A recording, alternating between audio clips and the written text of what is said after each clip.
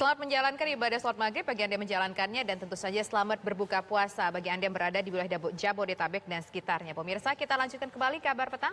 Pemerintah tancap gas melanjutkan rencana pemindahan ibu kota negara ke Kalimantan Timur mulai dari pembangunan infrastruktur penunjang hingga menyiapkan undang-undang sebagai payung hukum di Kebut. Pemerintah bahkan menargetkan 3 tahun lagi, yakni di 2024, upacara kemerdekaan sudah bisa digelar di Penajam Pasir Utara yang menjadi ibu kota baru. Inilah laporan utama proyek ibu kota baru di Kebut.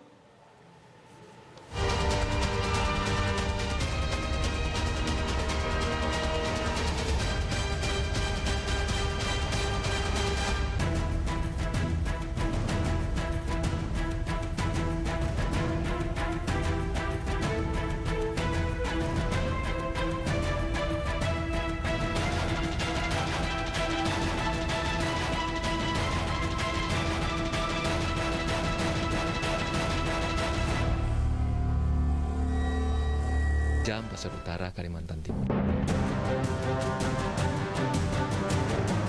Demi memuluskan rencana itu, pemerintah juga mengejar keluarnya aturan agar proyek yang ditargetkan dibangun di atas lahan seluas 250.000 hektar itu punya payung hukum.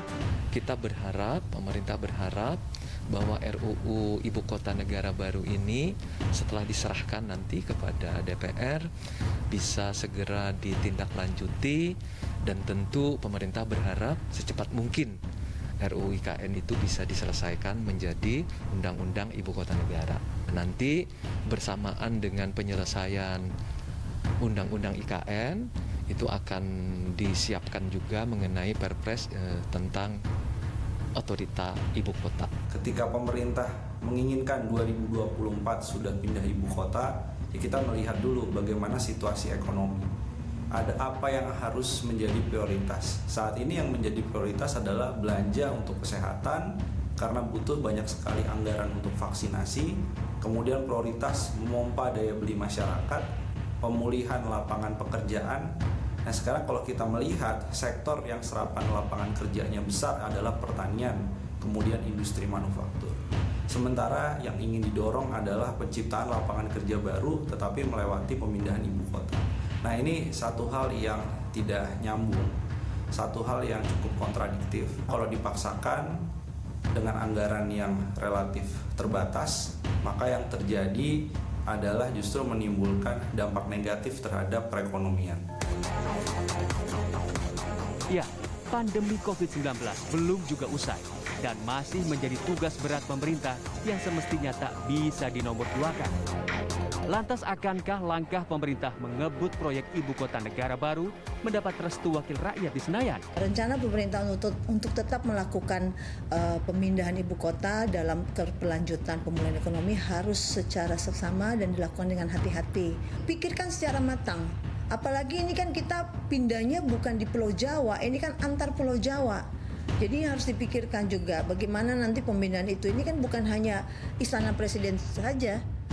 Pemerintahannya juga harus dipindahkan. DPR-nya juga harus dipindahkan. Jadi kan ini secara komprehensif juga ini adalah mercusuar yang baik bagi siapapun yang memimpin presiden, yang menjadi presiden.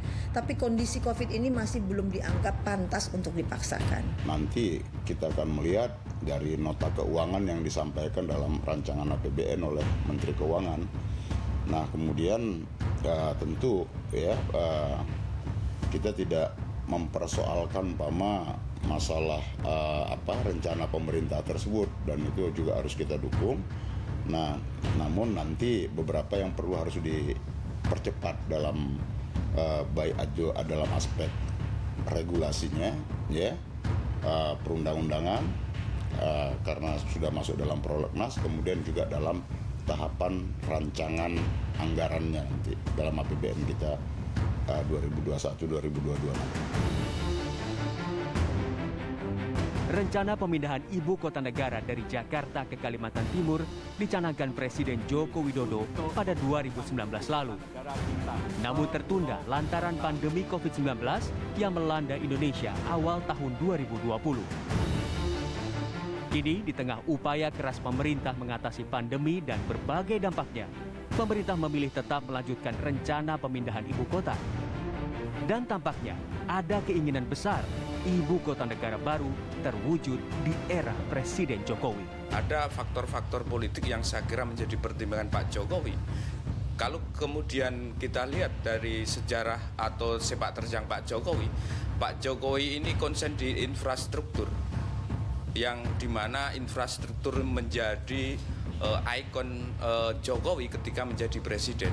Faktor lainnya yang saya lihat adalah Pak Jokowi ini meniru gaya politik Pak Soekarno, di mana Presiden Soekarno itu selalu menerapkan politik mercusuar, di mana di tengah ekonomi yang susah tetapi dia membangun bangunan-bangunan fisik yang mercusuar, dan kemudian dikenang misalnya dia membangun Monas, Istiqlal, Semanggi di tengah situasi ekonomi yang mungkin sama dengan situasi hari ini yang tengah dilanda COVID.